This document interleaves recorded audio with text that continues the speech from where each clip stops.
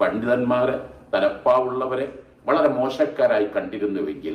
ഇന്ന് ലോകം മുഴുവനും തലപ്പാവുള്ളവരെ, ഇന്ന് നമ്മുടെ നാട് തലപ്പാവുള്ളവരെ ആദരിക്കുന്ന ഒരവസ്ഥയിലേക്ക് മൗലിദുകൾ, ദിക്റുകൾ, സ്വലാത്തുകൾ വീടിന്റെ അകത്തളങ്ങളിൽ ഒഴിഞ്ഞുകൂടിയ സമയത്ത് ഇന്ന് നാടുകളും ടൗണുകളും എല്ലാം മീലാദ് പ്രകടനങ്ങളും ഘോഷയാത്രകളും സജീവമാക്കുന്നതിൽ ഇങ്ങനെ തുടങ്ങി എത്രയെത്ര കൾച്ചറുകളാണ് മഹാനായ ശൈഖുനാ സുൽത്താനുൽ മക്കാന്തപുരം ഉസ്താദ് ഈ നാടിന്, രാജ്യത്തിന്, ലോകത്തിന് നൽകിയത്.